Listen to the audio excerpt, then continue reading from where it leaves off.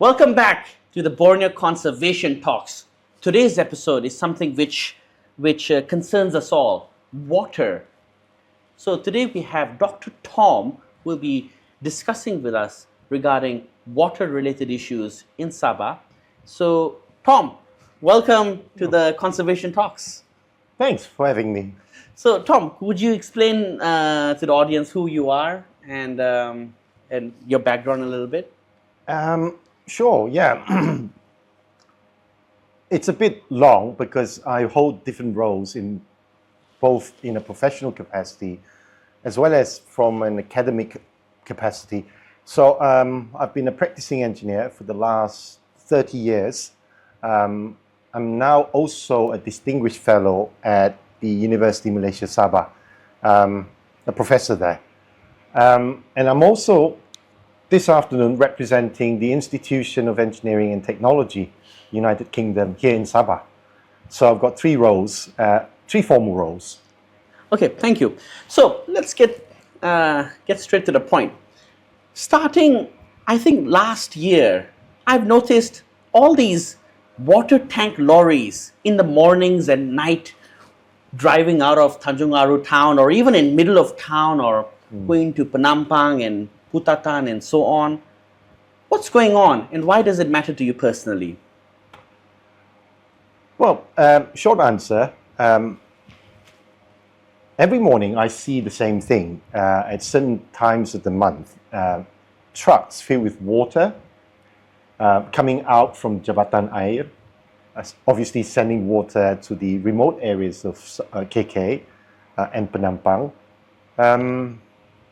They look very heroic to me, but it does show a symptom of a bigger issue. Something isn't working in society. And to your second question, I think since as a child, I grew up looking at the work of my father and seeing how he would quietly work himself to create solutions for society so that we have reliable water supply. Unfortunately, today we're not seeing that a lot these days. In fact, it's the reverse. We're going back almost to say we're regressing a little bit in the way we manage our water and in the way we sort of distribute our water to residences and businesses around KK and Sabah. Okay. And this lorry's symptom, what's the root cause to solve it? Really, it's a simple problem, but it can also be a very complicated, complex issue because of different people would have a different opinion. From an engineering perspective, it can be broken down into quite simple answers. Obviously, we live in KK with about 1,000 to 1,200 kilometers of buried pipeworks that are aging. Some of them were left behind by our British colonial masters, and they've not been replaced for a long time. You mean these pipes are like 50, 60 years old? Yeah, it could be longer than that as well. So there's not been a serious renewal plan for these buried pipes, and people don't see the problem because they don't see it. These pipes are all buried underground, and a lot of them are leaking. All over KK, all over Sabah. That's right. And we're not talking about a half an inch of pipe that you normally find in a domestic setting. Leaks like that is gently controllable and they're very small in quantity. But those pipes, particularly those huge 1 meter diameter pipes, they could leak quietly without anyone realizing it. So here we've got two problems. One is what we generally call the non-revenue water. Now, the non-revenue water simply means that whatever you're trying to deliver, whatever that comes out from a water treatment center that is intended to go to the consumer, doesn't get to this consumer in the same quantity as the water was produced. So that's the problem. That's gently termed the non-revenue water. So one problem gets multiplied. It gets add on by another problem, because water can't get to the end of line. What you often see is the operator would increase the pressure so that water gets to the end of line. In so doing, obviously, you're going to magnify the leak even more, enlarging the leaks or the cracks and potentially bursting the underground pipes, which I'm sure if you've driven around KK, you've lived here long enough, you've seen pipe burst opening up here and there along road corridors. And that's really a serious sign of what we can see. And what we can't see is something that requires a bit more engineering. So it's just sad to know that there could be many, many pipes right now cracked open, which are not being looked into. And all this water is just being wasted. And I've seen on social media this year and last year, especially in the UMS area and in outskirts of KK, with these big pipes, which you're mentioning, and a lot of extension pipes. A lot of people are from the villages and communities are just stealing from these pipes. So it's very sad for an observer like myself to look into this. And I'm sure you have seen these Absolutely. extensions. We've seen a lot of, illegal tappings, right? Connection to the main pipes illegally by communities here and there. And it's not just water theft coming from normal citizens. We also see pilferage, things like pilferage, right? Agencies representing the government or semi-government are also taking water from the government. So again, those percentage, as I have seen in the statistics, are generally very small in quantity. Really the problem, the bigger problem or the elephant in the room would be the leaky pipes that we don't see, that's leaking on a daily basis. So really, it's not a water resource problem. It's not that we are short of water, and it's not even because of climate change. It's the way we manage our water once we've got water. How do we distribute water most effectively, and how do we have a system to renew those pipes? And basically, in a nutshell, I can be more direct, I suppose. It's just bad maintenance. So, in a sense that if the pipes were maintained, maybe we wouldn't have been having such a serious issue. That's right. That's right. I think what you're getting at really is to the heart of how we implement projects. Really,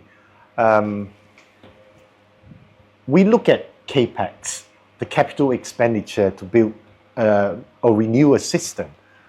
But what we often forget is the OPEX, and how much it costs and how much expertise and resources needed to operate those pipes for a longer period. So really this belongs to the you could categorize this as a life cycle of a water system. So a life cycle requires both the CAPEX as well as the OPEX. In our sort of Sabah and generally, contracts are given out purely looking at the CAPEX and not the OPEX. Yeah. Okay, thank you for sharing that. That was quite new to myself as well. So what would be in your engineer playbook? What could you do this year as an engineer or engineers, in general? I'm not just talking about you. What could be done to fix this issue this year or, in a year's time? Not looking 20 years now. I'll circumvent that question a little bit by, this question could be directed at normal citizens, people on the street who would be interested to give their insight as well. So really this question can be answered in a different way depending on who you're asking. But I think here you're asking me as my professional judgment. I would say I could offer advice, not that they're real tested advice, but there's certainly ideas that perhaps the government can take heed on. It will be on something called a 20-20-20 rule. And the 20 represent the time. If we can sort of use the first 20 weeks to look at where we think the sources of leaks are, or what we call the heat map. From the heat map, we would then know what areas to target to try and give a bit more attention to. And then we could look into a 20-month and the next 20 months, which is to think about a long-term plan to resolve this. We must have an idea of the end and then work backwards rather than moving as we go along without an end in sight. So there's a need for us to have a very comprehensive plan and then broken back sort of into piecemeal solutions all the way to what we can do now, what we can do 20 weeks from now, 20 months from now, and 20 years from now. The 20 years that I mentioned just now really is a long-term thing, something that aspires to future-proof our system here in Sabah. Of course, it's easy for me to say in a nutshell, but of course you can elaborate further. If the government or out there was asking you, all right, what can we do in the next 5 years and 20 years? What do you think some of the things which need to be looked into? Oh yeah, 4 things. First thing is the non-revenue water, and that has to be addressed. The solution comes with marrying both the engineering solution with the political solution. Neither one can exist without the other, because as you know, engineers, we are too engrossed with our technical solution.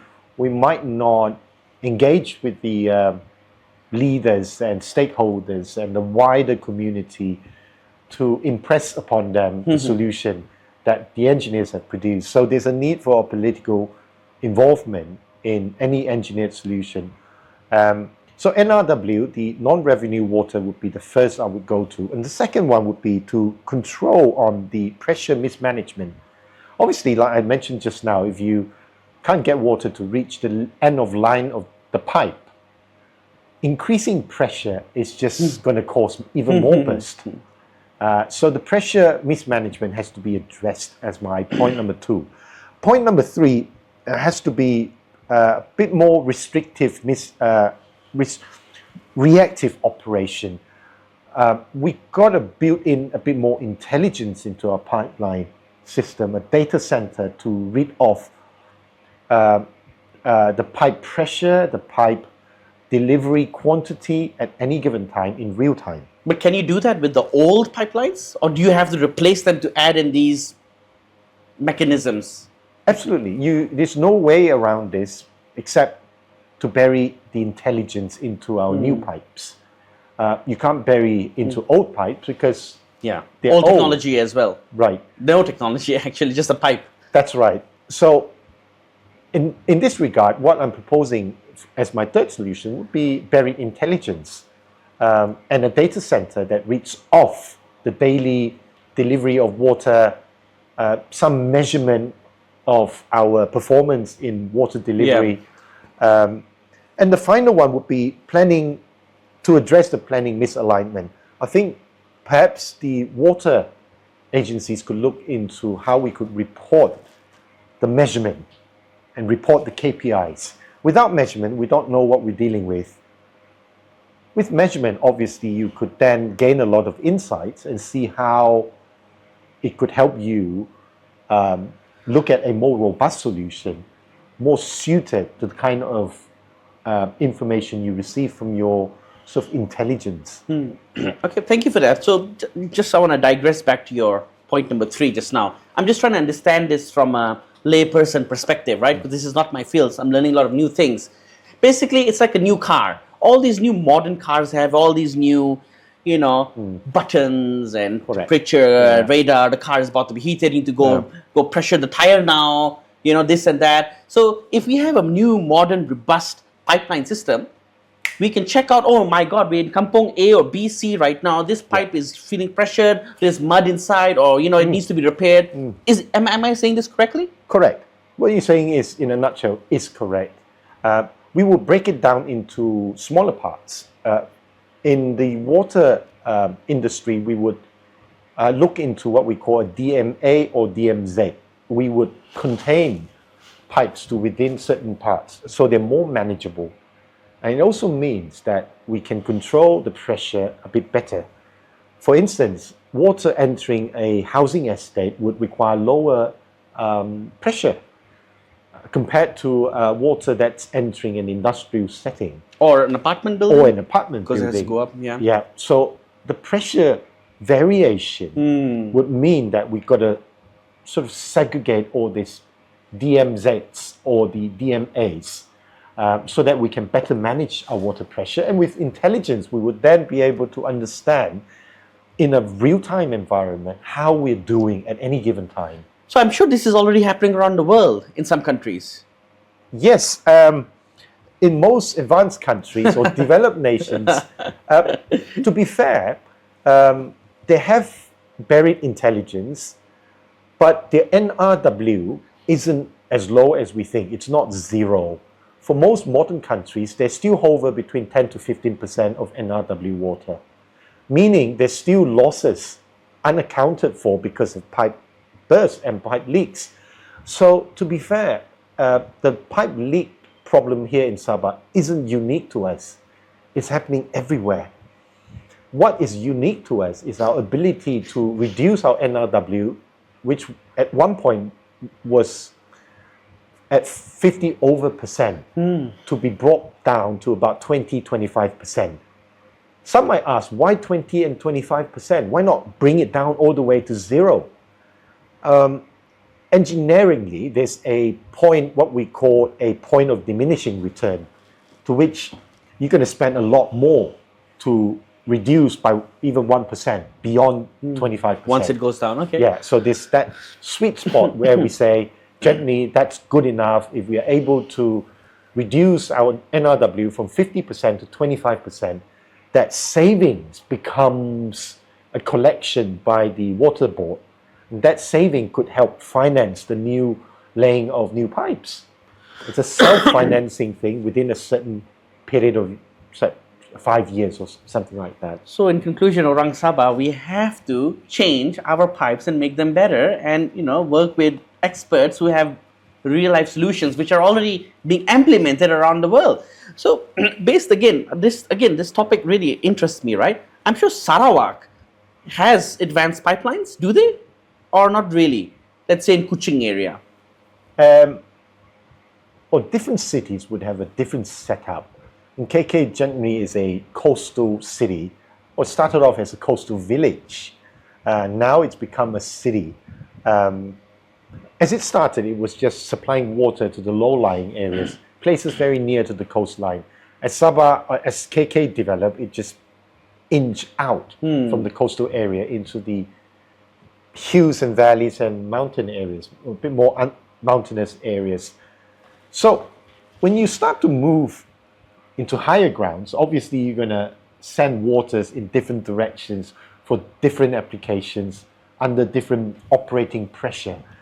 Now, in Kuching, generally, as I understand, is they would have a unique topography to work with, which is unique to them, Yes. but not similar to us here in KK. In KK, we're a bit more mountainous, there's a bit more undulation, Correct. a bit more challenges in managing our water distribution. But I'm sure, Kuching and other parts of Sarawak, and they too have their own challenges. Okay, so what roles can the governments play, NGOs, industry players, and the citizens play to help out on all this? Well, it's a good question because everyone has a role, has a duty to play. Even domestic users have a duty to play. Water saving, reporting a leak, conserving water, or not abusing water. All these things we were taught from young. We were taught from young, and sometimes we take it for granted because it's just so easy to just turn on the pipe, the tap, to brush your teeth and not turn it off when you're not needing the water. Yeah. But coming back to this water thing, we don't lose water. We never have lost water. Generally, scientists have informed us that it's only 0.0, a very small fraction of water leaves our atmosphere every year. Planet Earth only loses a tiny fraction. It's almost negligible. So what do we lose if we don't lose water? We actually lose energy in producing water, turning dirty water into clean water. So we don't technically lose water, but we are conserving energy in producing treated water. So every segment of society has a duty to play. The government, a bit heavier responsibility on the shoulders because they're expected to care for the society, not just for the present society, but also the future generation who requires a robust, reliable water system for their needs. Yeah, okay, well, that's very good way for you to explain it, but I think in a nutshell to everybody, don't waste water. You see a water pipe leakage anywhere in Sabah, please inform the authorities or the concerned department or building and so on. So changing topics from water a little bit to again, well, it's still water. I want to talk a little bit about floods and quickly a little about dams and here and there. Early this year and many years, all these years, there have been a lot of floods happening in Penampang, for example, and all over KK. Suddenly there's a big rain, bam, there's a lot of floods happening. So people are saying this year was really bad rain, climate change, etc. Is it really a lot of extra rain and climate change, or do you think it's just bad management in the sense that some people were not supposed to build houses and there was no enforcement done, bad draining systems, or do you think have been a lot of rain this year and last year? Great question. I mean, I'm actually doing a project now that looks at, in fact, it's the first flood defense project for Sabah, happening here in KK City.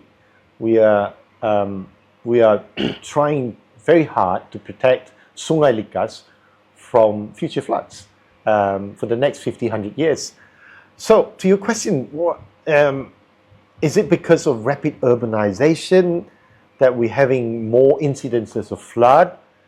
Or is it because of perhaps rural to urban migration that's pushing the population density away from the rural community and into the more urban city-like community? Or is it because there are people building on high slopes that's perhaps disturbing the nature, the order of nature, and therefore you get a bit more landslide, a bit more water moving here and there, disrupting communities? It's a bit of everything, I think. We would only find out through what we call a hydraulic modeling exercise, where we start to map out the impact of what's happening now, and also to measure through our models what will happen, say, in 50 years' time with a bit of population uptrend. We would be able to model the situation 50 years from now or 100 years from now. From my understanding from the past studies that we've done, it's always a combination of reasons. But there's nothing more than the role of the flood management leaderships. They are tasked to look at how water moves around, particularly entering waterways like a river. Before it gets to the river, and sometimes it gets trapped with no ability to reach the riverways. And that's what we generally call as flood, right? There's ponding, there's flash flooding, there's generally a spatial temporal phenomenon.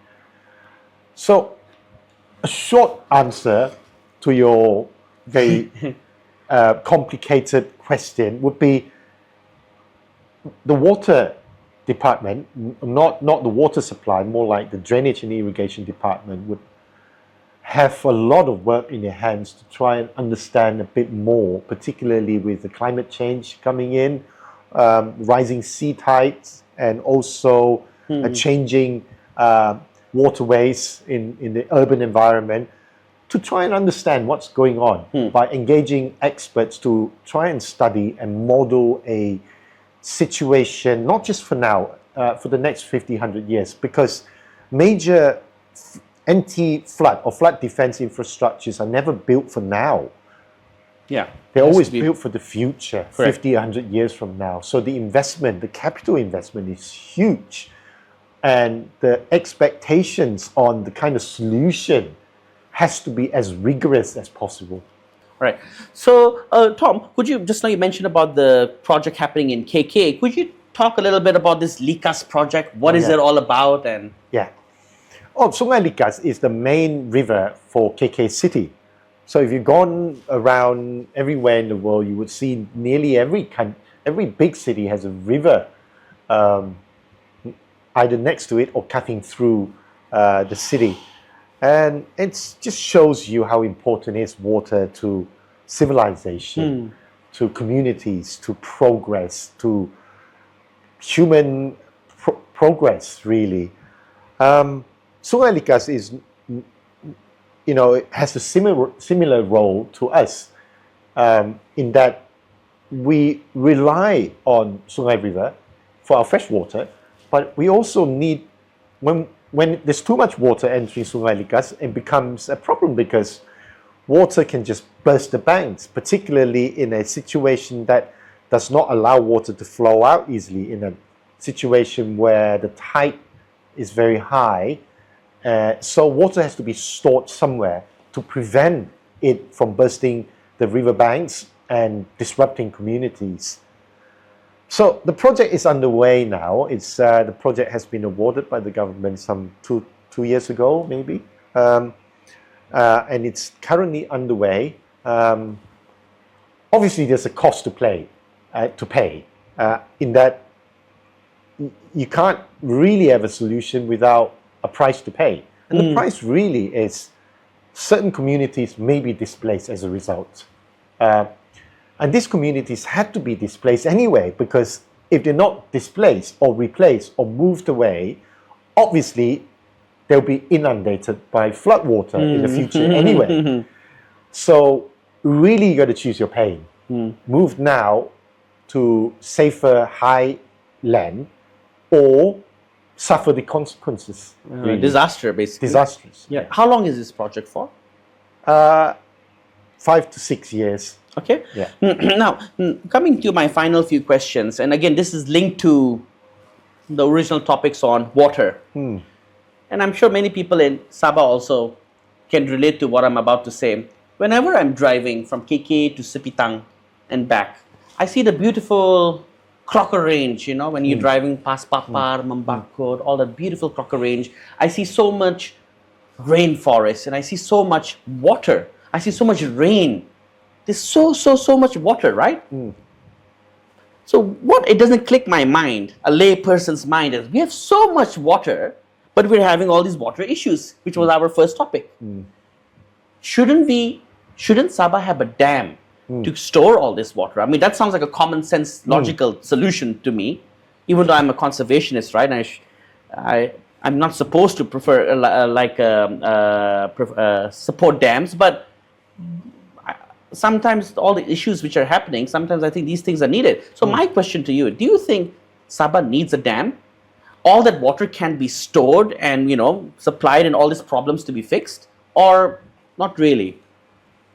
Well, thanks for this question. I think this is a very difficult question, but I'll try and be a bit more balanced with my view.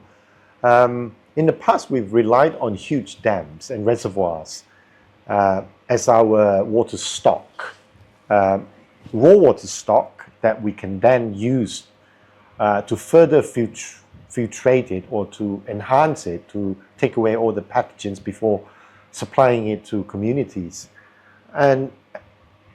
And we've been fairly successful in doing that. But obviously, a different era, we have different challenges. We are now starting to relook at major dams as the only go-to solution going to the future. Or could there be other solutions that we have not explored? We've always done research. UMS has always been in the forefront of trying to understand what other nations, developed nations, or what other solutions are out there that hasn't been explored, which could be suitable for us. One of them would be, the major dam, the single major dam would be a go-to solution that's been tested for a long time. It's been the reliable solution. But the other solution would be to look into the possibility of introducing more of this off-site river storages. The off-site river storages really is a little battery pack that is A power bank. A power bank built next to a water treatment plant. Where our water treatment plants are, we could technically have another power bank next to it to charge it. So there's a lot of advantages. But that sounds like a short-term solution. Really, it's a long-term solution. I see it because your treatment plant is really there. It's immovable. So if you've got a huge dam somewhere, a single dam somewhere, you're going to have to distribute that raw water to all these treatment plants. Either that or you just a river run-off water treatment plant. But when there's a lot of water, which is happening, climate scientists have told us that we are now driven more by a single event, single climatic event than a uniform event. So you sometimes get a lot of rainfall in a particular month, and then for the next 3 months you get very little rainfall. So they come in peaks and valleys. So when the river is running dry, it goes dry for a few months, and then when rain starts to fall, you get a lot of water, and we have no ability to capture this fresh water in time before the water gets to the sea. So I would see maybe an off-site river storages park next to a water treatment plant to be a more realistic, more long-term solution. Obviously, there are other solutions, like I think there are other professional peers who've been talking about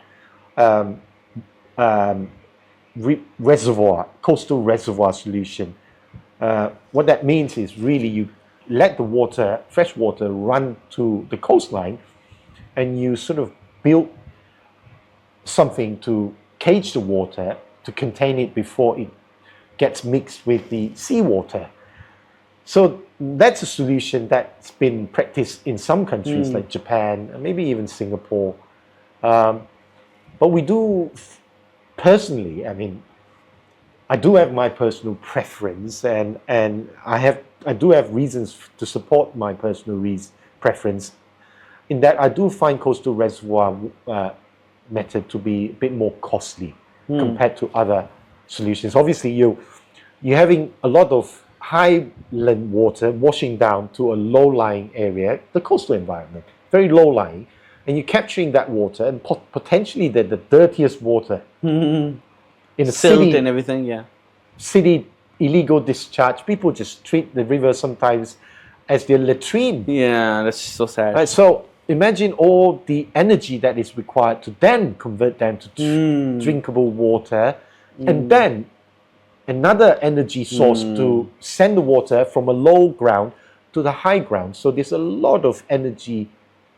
I understand the perspective and everything. That's such a thank you for the explanation. And I see that it's just that from another perspective, I see in Sarawak, for example, they have multiple large dams. They have so much water and energy.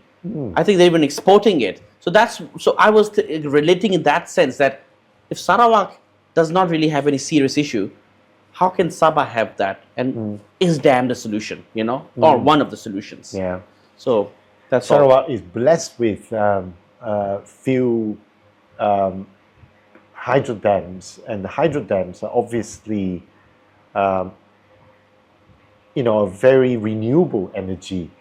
And you're right in pointing out that they have so much energy, they're able to export that energy. So, as you can see, river water isn't just for the water, it can be converted into energy for second use. So they have, the hydro system would have a cascading system that draws energy from the falling of water. So I think Sarawak, much to be learned from them in that we could, when I say we could learn from them, it doesn't mean that what we have then learned would be applied to our beloved Sabah. I think we got to look at the terrain, we got to look at river ways. We have quite huge differences in terms of our river catchment, river flow, compared to Sarawak. Okay, thank you so much for all that. So before we wrap this all up, do you have any final comments or thoughts or words of advice or anything you would like to say? Yeah, maybe just one thing. I think whether whoever you ask on the street or people at the highest office, and they have different of perspective on things, I would say we all agree, probably 90% of the time, what we want, and which is for Sabah to be better, to progress, and not just be a victim of circumstances, but be a catalyst of change. And generally, most people would agree. Most people who've grown up here, spend all their lifetime here, would generally agree we want the same thing. How we get there sometimes becomes a contentious point of disagreement. And I think there are many ways to look at those problems from a different lenses, from a political lens, from a scientific lens. And I think everyone, whether you are Sabahan or you've adopted Sabah as your home state, I hope you play a role in driving this conversation towards a bit more united solution, a robust long-term solution that is embedded in proven scientific knowledge, and not just what we think and what we feel emotionally, but something that is provable, something that has evidence, and something that has previous successes, either here or elsewhere. So that's perhaps my closing remark. I think that's a very good closing remark, and I think my closing remark would be, I hope you all the ideas you've given today and your colleagues in industry can solve Sabah's water problems once and for all. And I hope I don't have to shower with K2 or Sasa bottles again, which I had to do for almost a week just a few months ago. So I hope this issue can be solved. Yeah, we love that to be solved, and it's not a good sight when we hear stories like that. We hope that in my capacity, hopefully I could influence policy change, but also in my capacity as a researcher, I could also look into novel ways of solving our problems, bringing in a bit more technology to help our beloved Sabah. Yeah, and I hope Sabah government will look into this, because even the hotel lines are impacted by this, and that will impact the image of the country and so on. So, Dr. Tom, thank you so much for your time and all this great insight which we have learned today. And you're welcome. Thank you. And ladies and gentlemen out there, I hope you all learned something new. Thank you for tuning in, and I hope you will enjoy not only this episode, and stay tuned for the next episode. Thank you.